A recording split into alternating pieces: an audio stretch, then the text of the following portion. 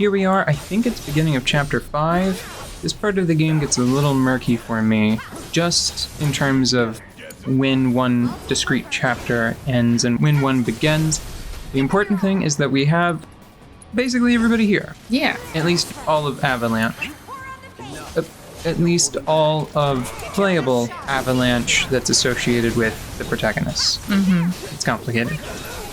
I wanted to include this because this enemy actually gave me a fair amount of trouble anytime she would show up. Yeah. On normal difficulty.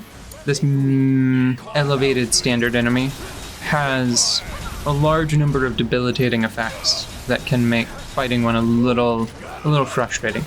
How are you getting around the status ailments? Tifa can cure poison on herself with chakra, but mostly accessories, which highlights a problem.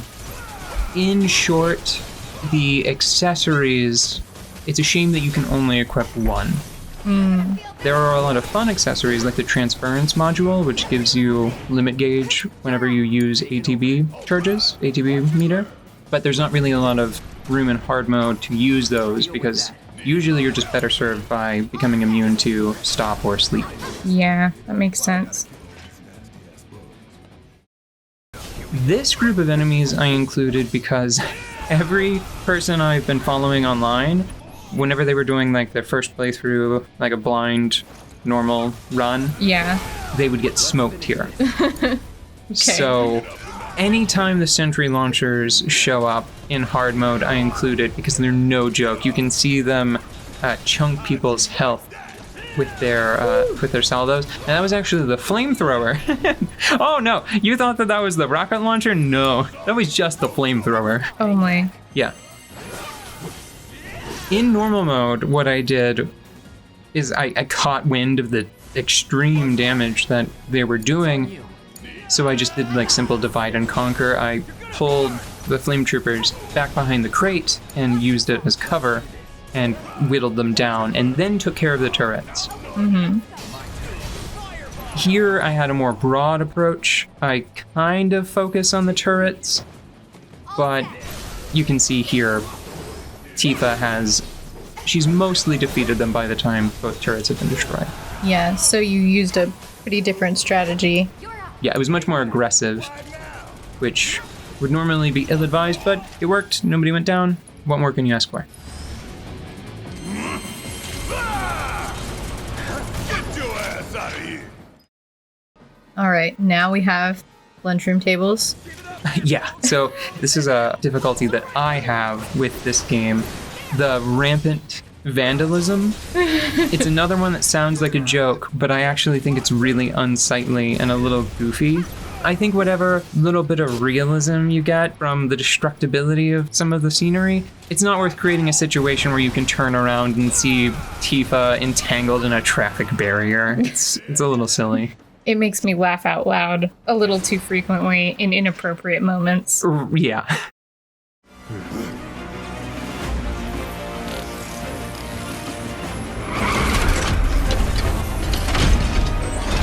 Next we have the boss of Chapter 5, which is the next largest giant Shinra mecha that is vaguely based off of an animal.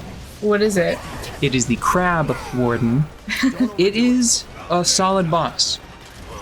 I think that it is one of the better bosses in the game, mainly because it is a boss that you fight with 3 characters that doesn't turn into this indecipherable mess of particles and moving parts. There are definitely a lot of bosses that have a lot more to manage when you have a full party.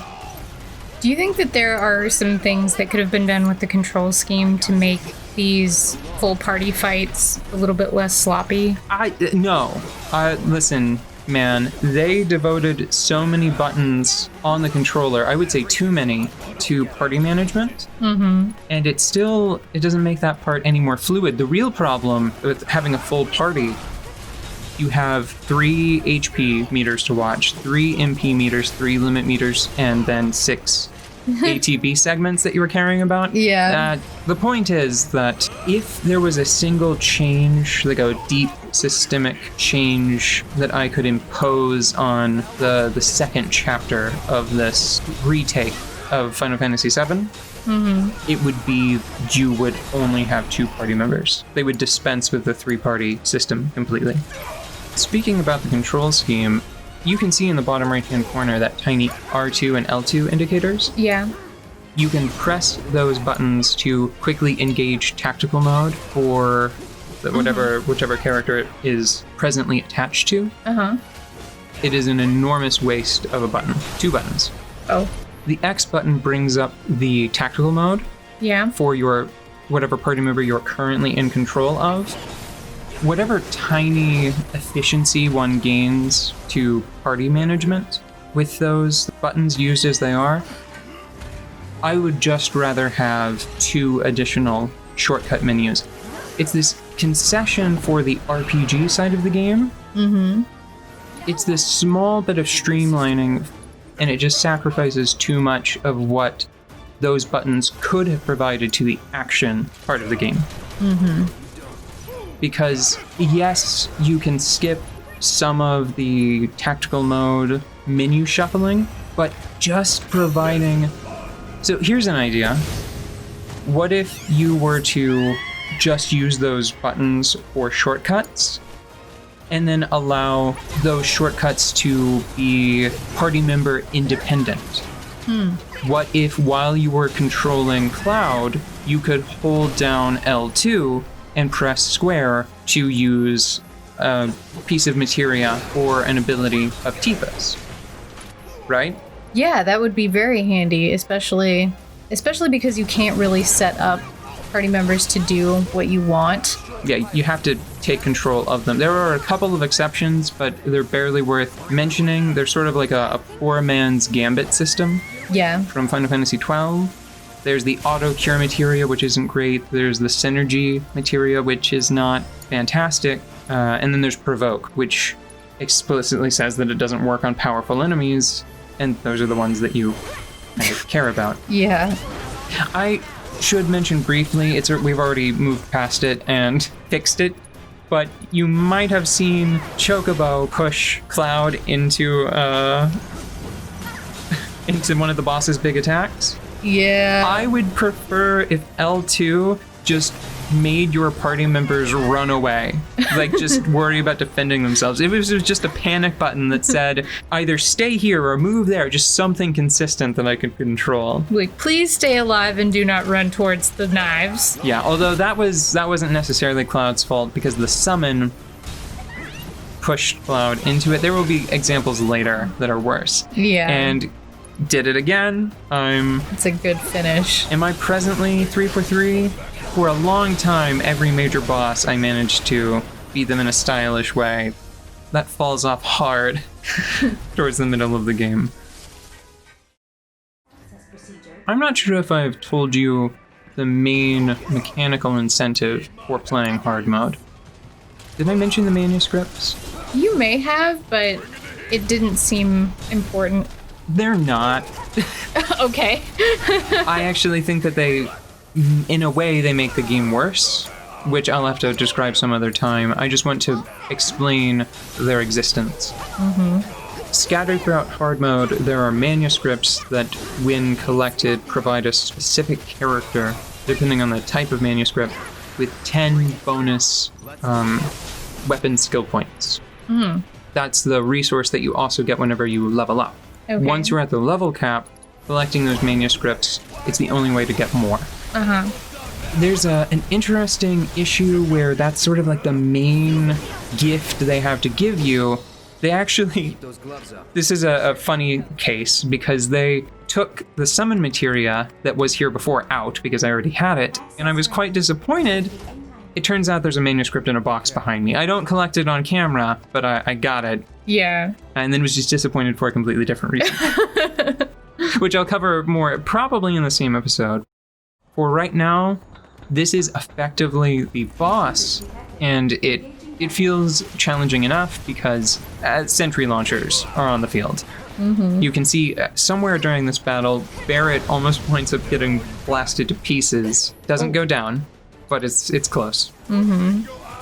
Actually, why don't I talk a little bit more about Manuscripts and the weapon system? It's not great in normal, and hard mode actually makes it worse. Yeah.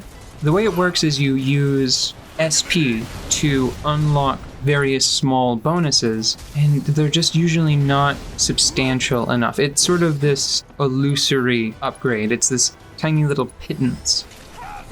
One of the enduring problems with Squaresoft design is it's like there's this constant internal struggle for their developers where they can't decide if a limited format is more entertaining and more engaging, or if an open format is superior. So they just sort of flip-flop between them, because sometimes they have systems where there are like predefined jobs and you have to make some hard decisions, right? Like about party composition. Then you have games like Final Fantasy VII where it's more open. Do it yourself, right? You decide who gets what. To be frank, I'm more of a fan of the former, rather than the latter. I think that just pulling an example out of thin air, the job system in Final Fantasy Tactics is a much more engaging, successful design than the materia system. The materia system, because it's so open, the designers can't be certain of what your party can do. So for a lot of the game, they kind of have to make the bar really low. Shock Troopers are interesting for that mechanic right there. Yeah. And I know we just switched topics, but it's sort of appropriate because we're just dodging around the old one, exploiting those invincibility frames to the segue here. Yeah. As far as I'm aware, you have blocking, which reduces damage, and parry, which is tied into that. It provides the benefit of blocking while moving, but you are not afforded invincibility frames as far as I'm aware. So it's interesting to see that Shock Troopers are. They have something that the player... I never noticed it. I never noticed invincibility frames. If they are present, they are so minor that I didn't notice having them, right? On any of my techniques. So that's all I wanted to say about the Shock Troopers. That dodge move, I'm thirsty for it. I want what they've got. We're headed towards the conclusion of Chapter 7, which is a pretty big moment in the story, and it's a pretty big moment mechanically, because Avalanche is here. They're working together to raid a well-defended Shinra facility. It culminates with the flashiest boss that you've encountered so far. And it's only held back right now for this tiny little bit of aggravation. See that little symbol? Yeah. I can't fight right now, I'm sorry. While he's on the comms, he's invincible, which is deeply aggravating. It's another example of the game putting presentation before, the game part of the game. Yeah. Just a small one, but they could have just given Heidegger or someone on the other end like a bark. Like oh no, they killed Theodore! Quick, use the remote override to lift the Airbuster! We didn't get that. So about this interesting boss that's coming up, it has this pick your poison planning element here. Yeah. It has these modules that you can use key cards to disable them. And for the purposes of this playthrough, I decided to not disable any of the ones that matter. Why?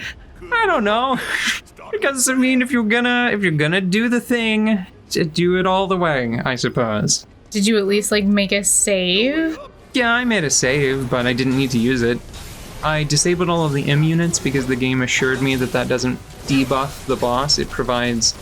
Ostensibly it provides a bonus to the party, but it only gives you regular items like potions and ethers, which you can't use on hard mode, so I felt comfortable disabling all of the M units. Yeah.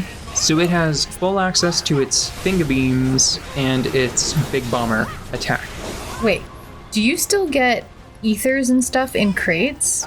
You can get Mako shards, but I think you can still pick up potions from crates. Yeah. Crates and chests, but you can't use them. It's a problem with hard mode. The reward structure kind of falls flat. We got this. 3, 2, 1. Shit! This is actually a great example of that. This is a pretty entertaining little mini game. I did much better on normal. At least it'll give me a little bit of time to talk about this subject. The problem with hard mode is that you already have most of the weapons, maybe all of them. Mm-hmm. You already have most of the materia, maybe all of it. Same thing with armor and accessories, and you can't use consumables.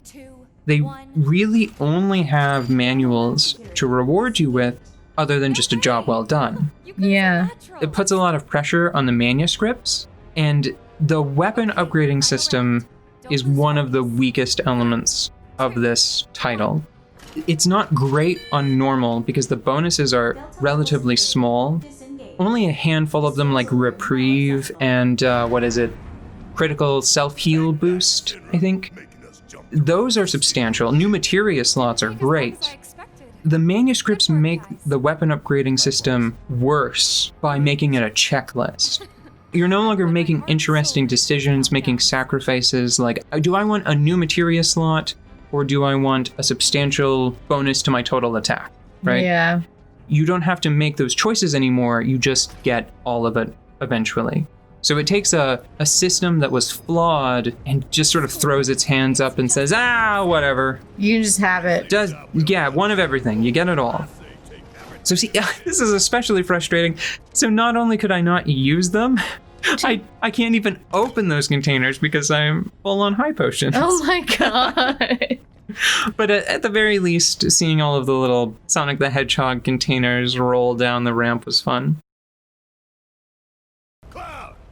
Now it's time for the biggest, baddest Shinra machine that we fought so far.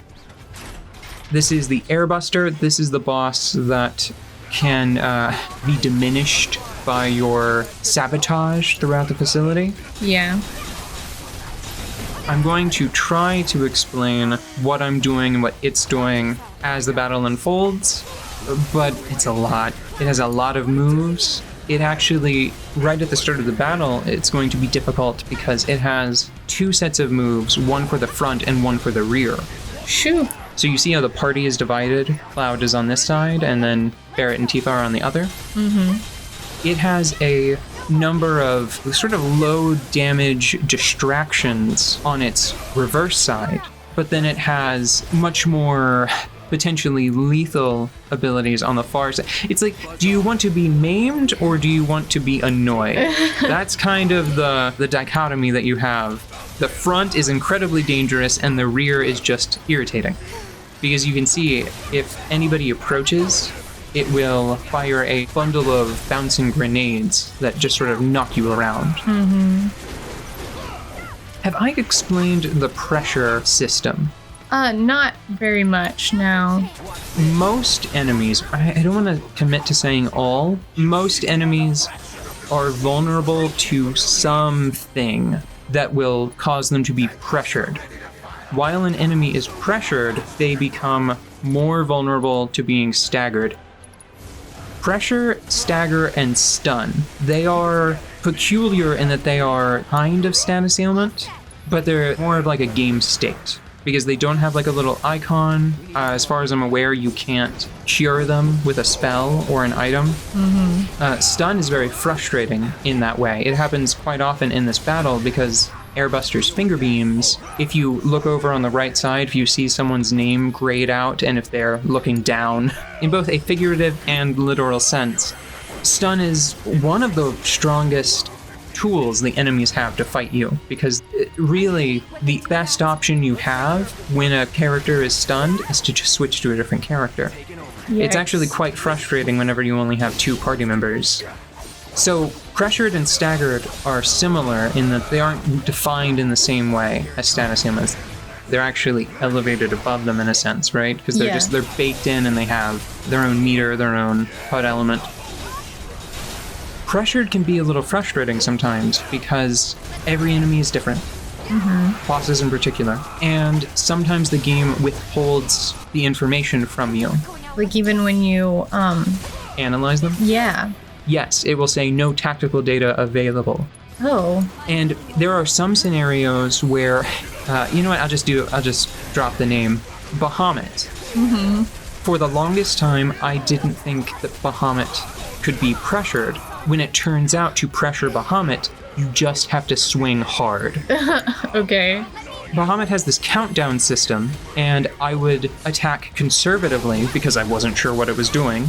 It turns out you just have to drop a Braver, drop a dive kick, drop an Aga level spell, and that will make it pressured and vulnerable to quickly being staggered. Stagger, the way it works is that orange meter under the HP bar. Yeah. Whenever it fills all the way, the enemy is dropped into a downed, vulnerable state. They take bonus damage, which corresponds to the percentage indicator below their meters. Mm-hmm. And then there are additional mechanics that inform how you behave once they're in that state. Stuck on me! You didn't go quick, did you? I'm counting on you! Don't think you'll walk away from this! Give him your all!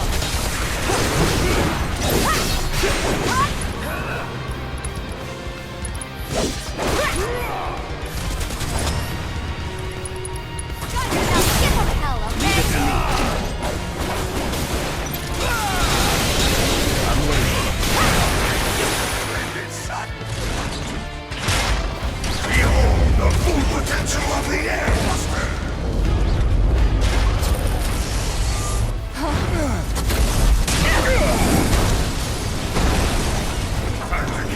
That was rather flashy, but didn't you just have him staggered? Yes, so that was not too bad.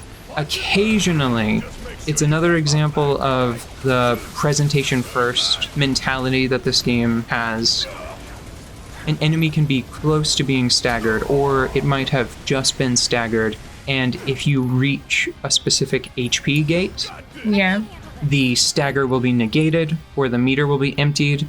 It can become temporarily immune to damage, just for the purposes of, like, probably just giving the cutscene, the mid-battle cutscene, time to load. Or just to give you a little bit of space to think. That would be an overly generous way of interpreting what's happening. Yeah, it can actually be a problem from the first. I was disappointed in the demo. I was just about to stagger the Scorpion Sentinel for the second time, and I hit a particular level of HP, and it moved to the phase of the fight where it was getting ready to use its tail beam, and the stagger meter, if I recall correctly, was emptied. And it can be really disappointing. Wailing on staggered enemies is a lot of fun, because Yeah. that's where you deal a lot of your damage against bosses in the shortest amount of time. Feeling like that's been taken from you is really disheartening. A couple of times in this episode, you might have seen me experimenting with stop. That is probably the element of the gameplay that benefits most from moving to hard mode. Status ailments, they are nice on normal, but they can be lifesavers on hard mode. I didn't use stop very much in normal, just because my time materia was under-leveled, so I'm still trying to figure it out right now in hard mode. You're watching it live. I had an idea. I think you saw me try it against the Crab Warden earlier. Yeah. I was trying to stop it just as it was staggered. The timing was off, but it turns out that actually works, and I make use of it later in the playthrough.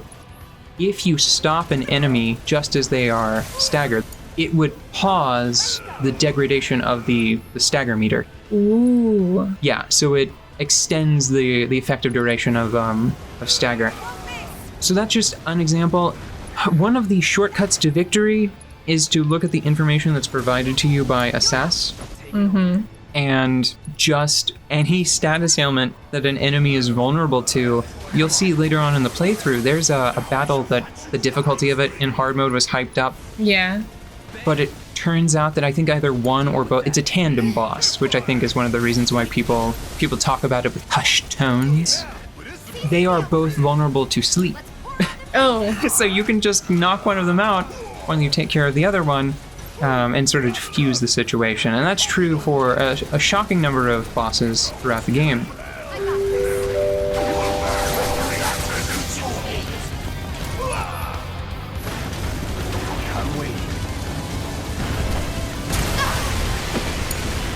Hang back. My dearest Avalanche, my apologies, but it is time that we part ways. This will get you raising the morale of our sister rank and file. We almost got this. Come on, guys. Bring it on! Let's show 'em what we're made of. So, I tried to avoid using Bahamut, because Bahamut's very good. Yeah. It is the last summon that is available to the player, and probably the most powerful. Leviathan is also quite good.